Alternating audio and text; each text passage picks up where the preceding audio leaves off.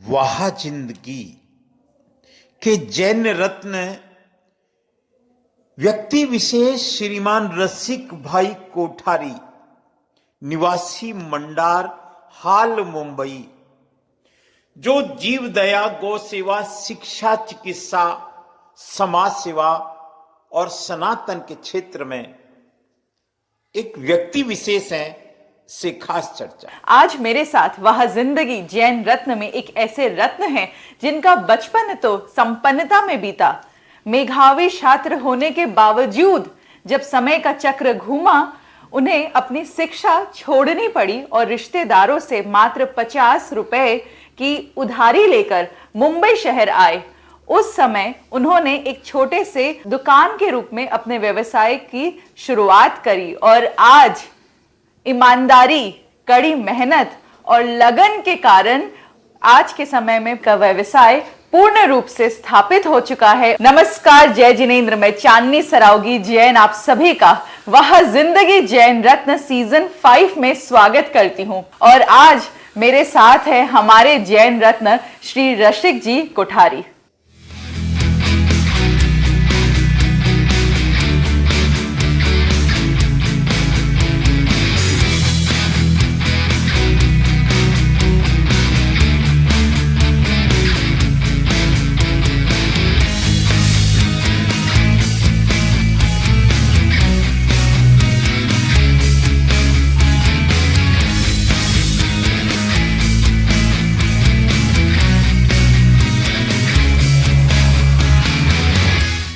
जय जिनेंद्र रसिक भाई। जय जिनेंद्र। मुझे अपने शुरुआती जीवन के बारे में कुछ बताइए। शुरुआती जीवन ऐसा था कि पिताजी की दुकान अहमदाबाद में थी, मस्कती मार्केट, जो एशिया का सबसे बड़ा कॉटन मार्केट गिना था कपड़े का, तो वहाँ दुकान थी। इसलिए मेरे बचपन में उन्होंने ये सपना देखा था कि इसको कलेक्टर पढ़ाना है। तो पहली मैं पढ़ने के लिए भी एमए का टीचर रखा था घर पे पढ़ाने के लिए, और मेरे ड्रेस भी ऐसे बनाए थे कि नेहरू जी का और सुभाष चंद्र बोस का, ताकि अच्छे विचार पहले से ही आए हैं। पर दौर ऐसा आया कि पिताजी की भागीदारी वहाँ से छूट गई और मैं चौथी तक वहाँ अहमदाबाद में पढ़ा। 5वीं से फिर मंडार, हमारा जो वतन है, वहीं आ गए और पिताजी वृद्ध होने लगे। पढ़ने में बहुत होशियार था, जनरल नॉलेज में बहुत था, डिबेटर था, साहित्य में बहुत प्रेम था, हर बात से था। लेकिन परिस्थितियाँ ऐसी नहीं थी कि आगे पढ़ पाएँ। स्कूल की फीस भी भरने के लिए नहीं थी। तो बाद में मुझे 16 साल की एज में हायर सेकेंडरी पास करके बम्बई आ जाना पड़ा। जब आप बॉम्बे आए उस एज में आपने किस व्यवसाय की शुरुआत करी? मेरी सगाई 7 साल की उम्र में कर दी गई थी। तो वो बम्बई रहते थे और उनका मेटल का बिजनेस था। अच्छा। नॉन फेरस का। उस जमाने में ऐसा होता था कि इन्वेस्टमेंट एक आदमी करता था, बाकी वर्किंग पार्टनर होते थे। तो उन्होंने अपना इन्वेस्टमेंट किया, मैं वर्किंग पार्टनर के रूप में मैंने अपनी शुरुआत की। आज के समय में आप किस चीज का व्यवसाय करते हैं? उसी चीज़ का जिसका मैंने शुरुआत की थी, कॉपर, ब्रास, एल्यूमिनियम, जिंक, ये सब आइटम थी। तो वो बिजनेस तब से था तो आज तक है। आपके परिवार में कौन कौन है? 4 लड़के हैं और 1 लड़की है, 5 जने हैं। तो आपके चारों लड़के आज आपके साथ आपके व्यवसाय में नहीं, अभी अलग अलग व्यवसाय में। जैसे 2 लड़के मेरे हैं तो सिकंदराबाद रहते हैं, वहाँ मेटल का बिजनेस अलग अलग है। एक लड़का है वो DBS में मैन्युफैक्चरिंग कंसल्टेंट है, दुबई रहता है। अच्छा। और एक लड़का मेरे साथ बिजनेस में रहता है। अच्छा सर, आप व्यवसाय में आपने इतना बड़ा काम अपना स्थापित किया है और आपके द्वारा कई सामाजिक कार्य भी होते हैं, तो अब मैं उनके बारे में कुछ जानना चाहूँगी। सामाजिक कार्य ऐसा है कि मैंने जन्मभूमि और कर्मभूमि दोनों को महत्व दिया। गांव के अंदर मैंने हॉस्पिटल खड़ा किया, महावीर हॉस्पिटल, भगवान महावीर के नाम से। अच्छा। फिर मैंने सीनियर सेकेंडरी स्कूल स्थापित किया है।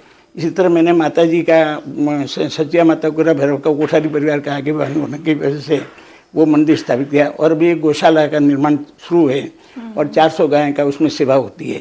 तो ये तो गांव का मैंने किया। मैंने वहाँ नशा मुक्ति का भी आंदोलन किया, मोतियाबिंद के ऑपरेशन करवाना और हर छोटे मोटे गरीबों की मदद। और ऐसे ही शहर में जो रहा मैं, तो मैंने देखा मैं जिस बिजनेस में हूँ उसमें क्वालिटी और लोगों को तकलीफ पड़ती है। इसलिए मैं एसोसिएशन का, Bombay non ferrous metal association का मेंबर बना। उसके बाद में उसके ऑफिस में रहा, बाद में प्रेसिडेंट बनके 6 साल में एक ऐतिहासिक प्रेसिडेंट रहा, ऐसा मानती है आज भी एसोसिएशन। फिर मैं federation of association of Maharashtra, form जिसका शॉर्ट है, जो फेडरेशन होती है एसोसिएशन, उसका मैं वाइस प्रेसिडेंट पिछले 3 टर्म से रहा और आज भी उसका डायरेक्टर हूँ। सर, धर्म में आपकी क्या आस्था? तो जैन धर्म तो मानव धर्म ही है, इसलिए मैंने अपने स्कूल में भगवान महावीर की और सरस्वती माता की मूर्ति बिठाई गई और पहले नौकार मंत्र गिना जाता है, फिर उसके बाद में गायत्री मंत्र, उसके बाद सरस्वती मंत्र और फिर वे बच्चे पढ़ने जाते हैं। सर, आपके द्वारा इतने सामाजिक कार्य हुए, जैसा कि आपने बताया, आप कई बड़ी बड़ी संस्थाओं के भी उच्च पदों पे रह के आपने कार्य किया, तो जरूर ही आपको कई अवार्ड्स भी मिले होंगे। कई जगह कई अवार्ड की हुई, पर मैं मानता हूँ कि वो सारा फिर तुम अपना जो गेन किया है वो वापस तुमने दे दिया, इसलिए मैंने अवार्ड कोई लिया ही नहीं। आज वह जिंदगी जैन रत्न सीजन 5 के माध्यम से बहुत बड़ी संख्या में लोग आपको देख रहे हैं, आपके विचारों को सुन रहे हैं, आप उन्हें क्या संदेश देना चाहेंगे? मेरे संदेश में ये है कि एक तो ज्योतिष में मत मानो, ज्योतिष और वास्तुशास्त्र ये फालतू शास्त्र है और इसके कारण कई घर बर्बाद होते हैं। जिस लड़की को अच्छा लड़का दिखता है वो जन्मपत्री होती है बराबर नहीं है, और जो मिलान होता है वो बराबर नहीं है, वो इसीलिए तलाक होते हैं। इसलिए ज्योतिष शास्त्र कुछ नहीं करना है। दूसरा, कड़ी मेहनत करो। मैं तो जैनों के लिए भी मेरा एक विशेष संदेश है, 2 तरह के जैन बनाओ, एक तुष्ट जैन जो धर्म का जैसा लिखा है वैसा पालन करे, और एक सरल जैन। तुमने डिस्टिंक्शन मार्क्स लाए तो भी तुमको सर्टिफिकेट मिलेगा BA का, बैचलर का, और तुमने पासिंग मार्क्स लाए तो भी मिलेगा, तुम दोनों ग्रेजुएट मिल जाओ। तो ग्रेजुएट वाले अभी जो मिलेंगे वो ऐसे ही मिलने, सरल जैन बनाओ ताकि लोग जैन रहे, नहीं तो जैन में से कन्वर्ट हो जाएंगे। ये बहुत अच्छी बात आपने बोली, क्योंकि सही में आज की जो जनरेशन है शायद उनके लिए कुछ चीजें मानना मुश्किल हो जाता है। इसीलिए कह रहा हूँ, मैं आचार्य भगवंत को भी मिलता हूँ तो यही कह रहा हूँ कि वर्तमान के साथ चलो तो ये धर्म टिकेगा, नहीं तो नहीं टिकेगा। रसिक जी कोठारी साहब, मैं आपसे एक निवेदन करना चाहती हूँ।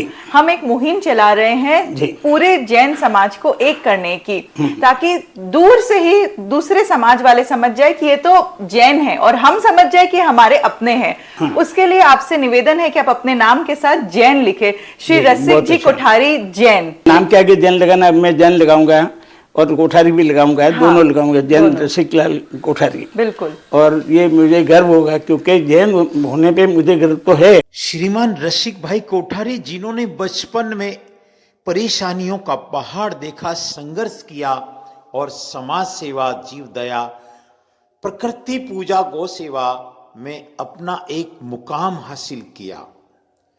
श्रीमान रसिक भाई कोठारी एक सच्चे राष्ट्रवादी आदर्श पुरुष हैं, एक धर्म प्रेमी है। नमन है ऐसे आदर्श पुरुष।